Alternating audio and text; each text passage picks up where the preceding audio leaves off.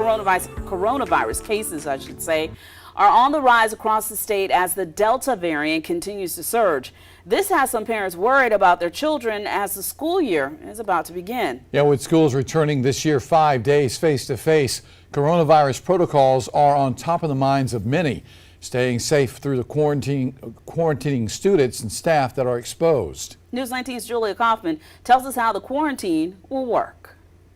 Quarantining happens when a teacher or student has been exposed to COVID-19 and is sent home to prevent spread. It can be up to 14 days long. I'm really worried about it. With the teacher shortage affecting South Carolina, teacher and mom of two, Nicole Walker, worries quarantining will make it near impossible to keep educators in every classroom. We know with the Delta variant that vaccinated people are still getting breakthrough cases and also carrying the virus. And so my personal opinion is that anybody who is exposed needs to be quarantining. According to DHEC, fully vaccinated people or people who have had COVID-19 in the previous 90 days do not need to quarantine if they become a close contact. In their guidance to schools, DHEC says fully vaccinated people are recommended to get tested 3 to 5 days after exposure, even if they don't have symptoms. Another concern for teachers is using their own sick leave for quarantine.